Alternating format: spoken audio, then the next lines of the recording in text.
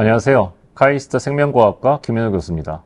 오늘 저는 운동에 대해서 설명드리겠습니다. 특히 운동을 그 현상과 그 결과만 얘기하는 것이 아니라 운동을 어떻게 생화학적으로 해석하여서 운동을 분자 수준에서 이해할 수 있는지, 그리고 어떻게 활용할 수 있는지에 대해서 말씀드리도록 하겠습니다. 우선 운동의 정의에 대해서 말씀드리겠습니다. 운동은 건강 유지와 또는 증진을 위해서 하는 물리적인 행위이며 동시에 어떤 특정한 기술과 능력을 갖고 목적성을 갖고 이루어지는 행위를 얘기합니다.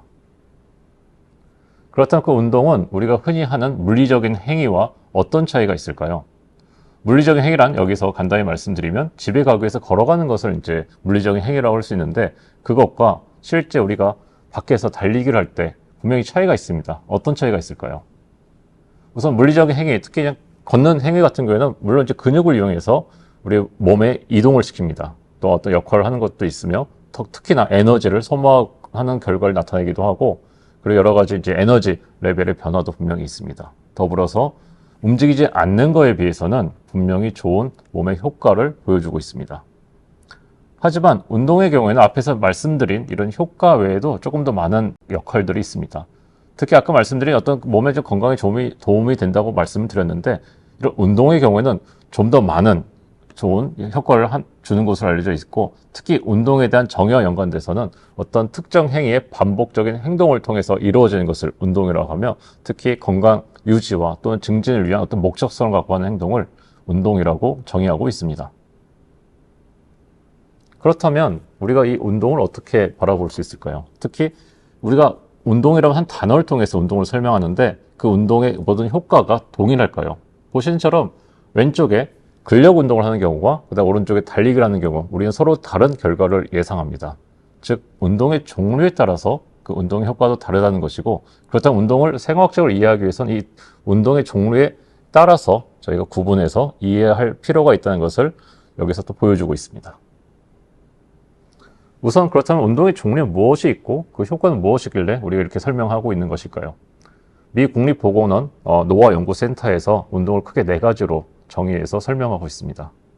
첫 번째는 보시는 것처럼 달리기와 같이 이런 근지구력 운동을 우선 첫 번째로 설명하고 있는데, 근지구력 운동을 보시는 것처럼 달리기 또는 춤 또는 수영, 자전거 타기 등과 같은 운동들을 근지구력 운동이라고 설명하고 있으며, 그런 운동의 효과는 상당히 복잡합니다. 복잡하고 한마디로 설명할 수 없지만 공통적으로 나타나는 몇 가지 효과들이 있는데, 그런 것들은 주로 이제 이런 심장, 폐 또는 이런 혈액 순환기관의 어떤 능력의 증진을 주로 보여주고 있으며, 특히 이제 여러 질병들, 특히 이제 당뇨병 또는 이제 암, 그다음에 심장 질환들과 같은 여러 질병들의 예방 또는 치료에 효과가 있다고 잘 알려져 있습니다. 더불어서 이런 기억력의 증진, 그리고 우울증의 감소 등도 이런 근지구력 운동에 의해서 이루어진다고 설명하고 있습니다. 두 번째 운동 타입은 근력 운동입니다. 이것은 헬스장에서 이제 무게를 들고 이제 근력을 강화시키는 운동을 여기서 이제 근력 운동이라고 말하는데요.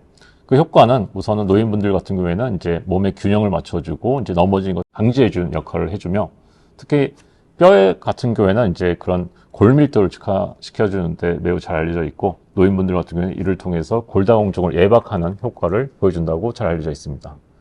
또한 더불어서 근육량의 증가 또는 강도의 증가를 또한 이 운동을 통해서 이루어지기도 합니다. 그리고 네 번째 운동의 타입으로서는 균형 운동, 그 다음에 유연성 운동이 있습니다. 각 2가지의 운동 또한 여러 가지 몸에 좋은 효과를 주는 것으로 잘 알려져 있습니다. 이 운동을 우리가 어떻게 연구할 수 있을까요? 우선 직접적으로 볼 수 있는 건 사람에 대한 연구입니다. 사람으로 하여금 그런 운동을 하게 하고 그 운동 전후의 변화를 측정함으로써 운동의 효과를 볼 수가 있습니다. 가장 첫 번째로 생각할 수 있는 것은 운동을 했을 때 원하는 신체 기관의 생검을 통해서 그 신체 기관의 변화를 확인할 수 있고, 그 다음에 전반적인 변화를 보기 위해선 우리가 피에서 호르몬의 변화를 측정할 수 있으며, 또한 BMI를 통해서 얼만큼 이런 몸의 구성 요소가 바뀌었는지를 알 수 있고, 이를 통해서 운동과 그런 건강과의 관계를 저희가 볼 수가 있습니다. 하지만 사람을 갖고 연구를 할 때는 몇 가지 제한점이 있습니다. 우선 기적을 연구하기 어렵다는 것이고, 두 번째로는 어떤 특정 호르몬이나 어떤 유전자의 변형을 통해서 우리가 연구하고 싶을 때 사람에게는 적용할 수 없는 실험이기 때문에 볼 수가 없습니다. 즉 사람은 우리 이런 연구를 통해서 어떤 효과는 확인할 수 있지만 어떤 그런 구체적으로 운동에 대한 해석을 하기에는 어려움이 많다고 말씀드릴 수 있습니다. 그렇다면 어떻게 연구할 수 있을까요? 동물을 이용한 연구가 우리에게 많은 정보를 제공할 수 있습니다. 특히 생쥐 모델을 이용해서 몇 가지 어드밴티지를 얻을 수가 있는데, 우선은 생쥐 같은 경우에는 이게 접근성이 용이하고 그 다음에 비용과 효율 면에서 상당히 좋은 장점을 갖고 있습니다. 특히 그 크기가 작기 때문에 여러 마리의 쥐를 동시에 상대할 수 있고, 더불어서 이 라이프 스팬이 2년밖에 안 되는 짧은 기간을 갖고 있기 때문에 각 연령별 변화를 또한 볼 수가 있습니다. 그래서 많은 경우 운동에 대한 효과를 보고 있는데, 다만 생쥐 모델을 가지고 이런 이제 균형 운동 또는 이러한 유연성 운동을 하기에는 제한이 있기 때문에 주로 근지구력 운동과 근력 운동을 상대로 연구가 이루어져 있습니다. 특히 근지구력 운동의 경우에는 이 생쥐 모델로 하여금 이런 러닝머신 위에서 달리게 한다든지, 또는 이런 러닝 휠에서 달리게 함으로써 근지구력 운동의 효과를 연구할 수 있으며, 근력 운동의 경우에는 무게추를 달아서 이 쥐가 얼만큼 이 무게에 따른 반응을 하는지, 또는 사다리 타기를 통해서 그런 운동의 어떤 반응들을, 그 다음에 그 효과들을 연구를 할 수 있습니다. 또한 이것은 생쥐 모델이기 때문에 생쥐의 주사기를 통해 우리가 원하는 어떤 약 또는 물질들을 투여함으로써 그 변화를 볼 수 있으며, 또는 직접적으로 근육의 변화를 보기 위해서 근육에 필요한 약을 투여하거나, 또는 유전자의 변형을 시킨 쥐를 제작하여서 이런 운동 효과를 저희가 확인하고 또는 그 기적을 연구할 수 있습니다. 좀 더 깊이 있게는 과연 이 운동에서 근육이 어떻게 반응하는지, 그리고 그것이 세포 단위로 또는 분자 단위로 변화를 보기 위해서는 이 근육에 있는 세포를 떼어내서 이 세포주 배양을 통해서 실험을 할 수 있으며, 이를 통해 호르몬의 반응 또는 어떤 유전적 변화의 반응을 저희들이 직접적으로 관찰함으로써 이런 기작 연구에 활용할 수가 있습니다. 그렇다면 이 운동을 우리가 어떻게 구분해서 이해할 수 있을지, 그리고 앞에서 말씀드린 방법들을 어떻게 여기서 적용해서 우리가 이해할 수 있을까요? 운동의 종류에 대해서 아까 말씀드렸는데, 이 운동의 종류부터 먼저 운동의 종류와 그 효과에 대해서 말씀을 다시 드리겠습니다. 그렇다면 운동을 우리가 어떻게 연구할 수 있을까요? 그것은 운동의 요소를 분석해서 연구를 한다면 각 운동별 변화를, 그 다음 효과를 저희가 연구할 수 있을 것입니다. 운동에 대한 이런 효과를, 그 다음에 이런 분석을 하는 데 있어서 여러 가지 방법과 해석이 존재하는데, 우선 여기서는 가장 대표적인 그 운동의 구성 요소를 나누는 법에 대해서 벌써 말씀을 드리고, 그에 따른 어떻게 연구가 진행되는지 말씀드리겠습니다. 크게 운동은 운동의 어떤 물리적 자극과 그 다음에 이로 인해 생기는 생화학적 반응에 의해서 이 운동의 효과가 이루어진다고 설명하고 있습니다.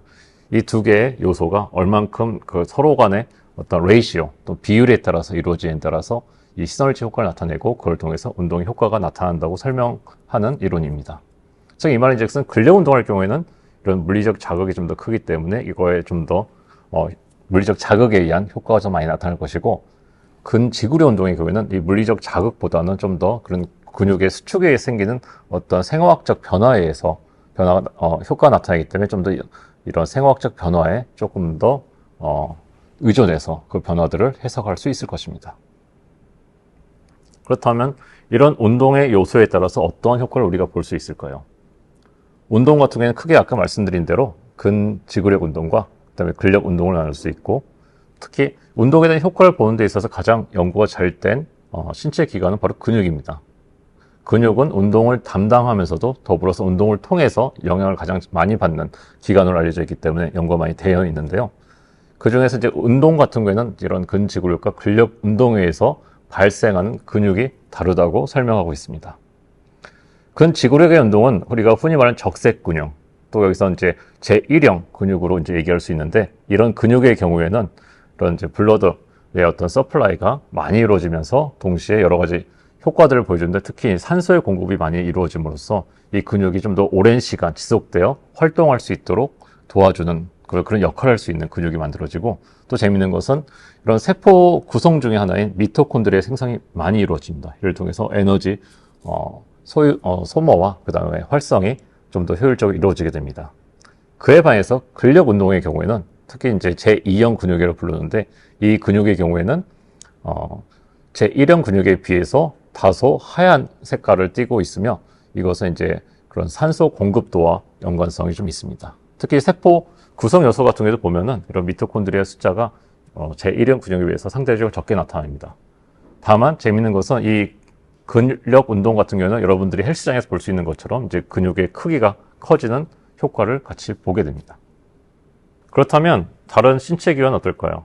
뼈의 경우에도 운동을 할 때 근육의 지지자 역할을 함과 동시에 더불어서 이런 운동에 의한 효과를 가장 더 많이 받는 기관 중에 하나입니다.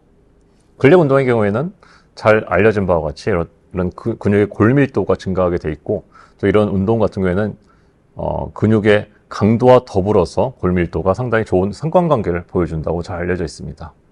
이를 통해서 사람들이 이제 설명하기로는 보통 이런 근력 운동은 이런 뼈를 자극해서 뼈의 생성에 증가를 시켜준다라고 설명을 하고 있습니다. 그에 비해서 근지구력 운동은 다소 복잡합니다.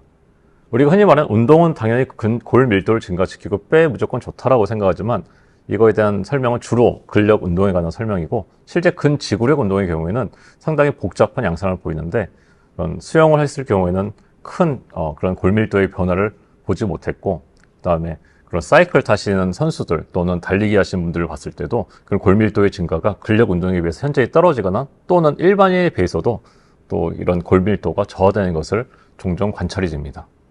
이를 통해서 연구자들이 설명하기로는 이런 근지구력 운동은 아마도 골 파쇄와 그 다음에 골 형성, 이 두 가지를 아마 동시에 자극하고 있는 것으로 생각을 하고 있습니다. 이렇게 얘기하면 아마 그렇다면 근지구력 운동은 뼈에 좋지 않은가 보다라고 설명할 수 있겠지만, 꼭 그렇지가 않습니다. 이런 골 파쇄의 경우에도 사실은 상당히 중요한데, 이런 근지구력 운동을 할 때 이런 심장과 근육에서 상당히 많은 칼슘 이온의 소모가 이루어지는데, 이 칼슘 이온의 경우에는 뼈에서 공급이 많이 됩니다. 그래서 이런 약간의 골 파쇄가 뼈에서 근지구력 운동 중에 생긴다면, 이를 통해서 그런 칼슘 이온이 뼈에서 나와 이런 다른 신체 기관에 공급해 줄 수 있는 역할을 해주기도 하고, 뼈 자체에도 나쁘지 않은 게, 이러한 골 파쇄는 주로 이제 기존에 있었던 약간의 데미지가 있는 뼈를 제거해 주거나, 아니면 좀 오래된 이런 미네랄을 제거해 주는 역할을 해주고, 이런 제거는 단순히 제거로서 끝나는 것이 아니라 이런 뼈의 약간의 제거와 더불어서 여러 가지 호르몬에 의해서 결국엔 골 생성까지 같이 이루어짐으로써 어떤 뼈의 어떤 건강과 그런 질을 높이게 됩니다. 그래서 근지구력 운동도 이런 다른 방법으로서 뼈의 향상성 유지에 도움을 주게 됩니다. 그렇다면 이 운동의 효과는 근육과 뼈에 국한될까요? 그렇지는 않습니다. 실제 효과를 보면은 이런 근육과 뼈의 효과에 넘어서 이런 심장에 어떤 도움을 주는 것도 너무 잘 알려져 있고, 그 다음에 이런 대사 질환에도 큰 도움을 주고 있으며, 그 외에 어떤 신경 질환 또는 여러 호르몬의 변화에도 큰 도움을 주고 있는 것이 알려져 있습니다. 이 결과는 최근 영국에서 운동을 한 그룹과 하지 않는 그룹 사이의 질병 유방률에 대해서 연구한 결과입니다. 이 결과에 따르면 운동을 했을 경우에 이런 기억력 감퇴 또는 뼈 골절, 우울증의 감소 등을 운동을 통해서 이룰 수 있었고, 더불어서 전반적인 사망률의 감소와 더불어서 심장질환, 제2형 당뇨병, 그리고 암의 발병률 또한 낮춰지는 것을 볼 수가 있었습니다. 이 말인즉슨 운동에 의해서 우리가 근육과 뼈가 직접적으로 영향을 받는다는 것을 알고 있지만, 더불어서 이를 넘어서서 이런 간, 지방, 뇌 또는 이자와 같이 이런 운동을 담당하지 않는 기관 역시 운동에서 영향을 받는다는 것을 의미합니다. 이 말이 이제 좀 더 구체적으로 들어가면, 운동 시 우리 근육이 근육 수축을 하고 그런 물리적인 자극을 받으면서 영향을 받을 텐데, 이것이 세포 단위에서의 어떤 변화가 이루어질 것이고, 이 근육 세포 내에 여러 분자들의 변화를 통해서 이런 근육의 변화, 그리고 더불어서 타 기관의 변화들이 이루어진다는 것을 의미합니다. 그렇다면 이 분자들을 우리가 어떻게 앞서 말씀드린 어떤 운동에서 우리가 볼 수 있는 이런 좋은 효과들과 연관지어서 이해할 수 있을까요? 이런 분자들 중에 한 예로서 피지션 알파라는 전사 보조 인자가 있습니다. 이는 근지구력 운동 시에 근육에서 발현되는 전사 보조 인자인데, 전사 보조 인자인 만큼 여러 유전자 발현에 영향을 줌으로써 이 근육에 영향을 줍니다. 특히 이 근육이 제1형 근육으로 바뀌는 데 큰 역할을 합니다. 이 오른쪽에 보이는 이제 그림은 이제 근육에 특정하게 이 피지션 알파라는 전사 보조 인자를 과발현시켰을 때의 변화를 관찰한 것인데, 왼쪽에 일반 쥐에 비해서 이 바뀐 쥐 같은 경우에는 이렇게 근육이 좀 더 적색으로 바뀌어 있는 것을 볼 수가 있을 것입니다. 이것이 제1형 근육의 가장 특징적인 이제 모습인데, 이것은 이제 좀 더 많은 혈관 생성과 이제 미토콘드리아 생성, 그리고 이제 이런 산소 공급을 위한 마이오신의 증가를 통해서 이루어지는 변화이고, 이를 통해서 피지션 알파라는 전사 보조 인자가 근지구력 운동 시에 이런 역할을 하고 있음을 보여주게 됩니다. 좀 더 재미있는 것은 이런 근육에서의 피지션 알파 전사 인자의 과학 발현이 근육에서만 국한되어 있지 않고 타 기관에도 영향이 준다는 것 또한 보고가 되었고, 이를 통해서 어쩌면 이런 운동에 의한 근육의 변화가 이 다른 기관에 영향을 줄 수 있다는 것을 제시하게 됩니다. 즉, 좀 더 확장해서 얘기하자면 이 여러 종류의 운동이 이 근육과 뼈에 영향을 줄 것이고, 이를 통해서 근육과 뼈의 변화를 일으킵니다. 이 근육과 뼈에서 어떤 특정 물질이 나와서 아마도 이런 타 기관, 이런 지방, 뇌, 그 다음에 심장, 간, 그리고 여러 기관들에 영향을 줄 것이고, 이를 통해서 단순히 운동이 근육과 뼈의 변화뿐만 아니라 우리 몸 전반적인 영향을 줄 것이고, 이를 통해서 어쩌면 여러 운동에 의해서 우리가 완화되는 여러 질병들이 있는데, 이 질병들의 치료제를 이런 분비물들의 연구를 통해서 우리가 해결책을 찾을 수도 있다는 것을 의미합니다. 한 예를 들겠습니다. 근지구력 운동 시 이 근육에서 이 피지션 알파라는 전사 보조 인자가 증가한다는 말씀드렸는데, 이때 이 변화된 근육에서 재미있게도 아이리신이라는 호르몬이 나옵니다. 이 근육에서 나오는 이 아이리신 호르몬은 이 혈관을 통해서 지방세포에 갔을 때는 이 발열 반응을 증가시킴으로써 에너지 소모를 증가시켜주고, 뼈에 갔을 때는 이제 뼈에 어떤 변화를 시켜주며, 더불어서 뇌에 갔을 때는 기억력 증진 또는 향상을 또 시켜주는 것이 최근에 보고가 되었습니다. 좀 더 구체적으로 뼈에 대해서 좀 말씀드리면, 흔히 뼈는 이제 갱년기 여성의 경우에는 여성 생식기관의 기능이 저하되면서 여성 호르몬이 줄어들고, 이로 인해서 이제 골다공증이 생긴다고 잘 알려져 있습니다. 이것을 이제 생쥐 모델에서 연구하기 위해서는 이제 오바리 액톰이라는 이제 여성 생식기관의 제거를 통해서 그 갱년기 여성의 증상을 쥐에다 만들고, 그때 뼈의 변화를 보는 실험들을 연구자들이 주로 하고 있습니다. 그렇게 했을 때 이제 그런 생식기관 제거 이후에는 뼈의 감소를 볼 수 있는데, 과연 이 아이리신이라는 이 호르몬이 없을 때는 어떻게 변화되는가를 봤더니, 재밌게도 아이리신이 없을 때는 이 뼈의 감소가 이루어지지 않는다는 것을 볼 수가 있었습니다. 즉, 이 아이리신 호르몬은 뭔가 뼈 파쇄에 영향을 주는구나 라는 것을 보여주었고, 아마 건강한 상태에서는 이런 이제 여성 생식기관이나 이런 전반적 몸에 호르몬에 큰 문제가 없기 때문에 아마 이런 뼈 파쇄, 그 이후에 좀 더 뼈 생성이 동시에 이루어지면서 뼈의 어떤 향상성 유지에 도움이 되겠지만, 여성 생식기관의 역할이 줄어드는 이 갱년기의 경우에는 어쩌면 이 아이리신 호르몬이 어떤 뼈 파쇄, 좀 더 나아가서는 골다공증과 같은 어떤 질병의 한 원인이 될 수도 있을 것이다 라는 것을 제안을 해줬고, 그걸 통해서 아마 아이리신 호르몬을 우리가 낮출 수가 있다면 어쩌면 골다공증의 치료제로서 활용할 수 있을 것이다 라는 것을 제기해준 연구 발표였습니다. 더불어서 이제 근력 운동의 경우는 어떤 호르몬이 있고 어떤 변화가 있었을까요? 근력 운동의 경우는 재미있게도 마이오스테틴이라는 호르몬에 대한 연구가 이루어져 있습니다. 원래 이제 소에서 이제 이 마이오스테틴이 감소되는 그런 유전적 변형이 있었을 때 소가 상당히 벌키해지는 그런 현상을 이제 이전 연구에서 발표가 되었고, 이를 통해서 어쩌면 마이오스테틴이 근육 형성에 중요한 역할을 하고 있을지 모르겠다라는 그런 추측을 했습니다. 그걸 통해서 여러 연구자들이 이제 그 기능을 이제 연구했는데, 특히 이제 근육에서 이 마이오스테틴이라는 이 호르몬을 감소시켰을 때 재미있는 효과를 볼 수 있었습니다. 위의 경우는 이제 정상적인 쥐고, 밑에 이제 그림 같은 경우에는 이제 마이오스테틴 호르몬이 없을 때 나타난 쥐의 모습인데, 보시는 것처럼 이 근육의 양이 증가하는 걸 볼 수 있습니다. 그를 통해서 어쩌면 마이오스테틴 호르몬은 근육 생성에 상당히 중요한 역할을 할 것이고, 그걸 낮춰줬을 때 뭔가 근육이 크게 커지지 않을까라는 역할을 좀 이제 제시하였습니다. 그렇다면은 이제 우리가 어떤 연구를 이걸 바탕으로 우리가 할 수 있고 어떤 결과를 얻을 수 있을까요? 앞서서 피지션 알파라는 전사 보조 인자와 아이리신이라는 운동 호르몬에 대해서 말씀드렸고, 그다음 마이오스테틴이라는 근력 운동에 의해서 감소되는 호르몬에 대해서도 말씀드렸습니다. 하지만 이 호르몬이 아마 운동을 구성하는 모든 역할을 담당하는 호르몬은 아닐 겁니다. 아마 여러 수많은 호르몬들이 또 최근 연구가 되기 시작했고 좀 더 많은 여러 호르몬들에 대한 어떤 역할 발견과 역할에 대한 연구가 필요합니다. 즉 운동 시에 특히 각각의 종류별 운동 시에 근육과 뼈의 변화는 어떻게 이루어질 것이며 그때 이 근육과 뼈에서 나오는 이 분비물들이 어떠한 역할을 할 것인지에 대한 연구가 필요합니다. 이는 운동 호르몬이라는 어떤 특정 호르몬의 그룹에 대한 연구일 것이고 이를 통해서 이 운동 호르몬을 이런 여러 운동에 의해서 치료되거나 또는 완화되는 질병들에 적용함으로써 우리가 치료제로서 사용할 수 있을 것으로 예상합니다. 이를 통해서 근육 질병이나 어떤 심장 질환, 뼈, 그리고 뇌, 그리고 여러 에너지 대사 질환과 같은 여러 질환들의 치료제에 사용함으로써 우리 건강 증진에 기여할 것으로 예상합니다. 이상 마치겠습니다. 감사합니다.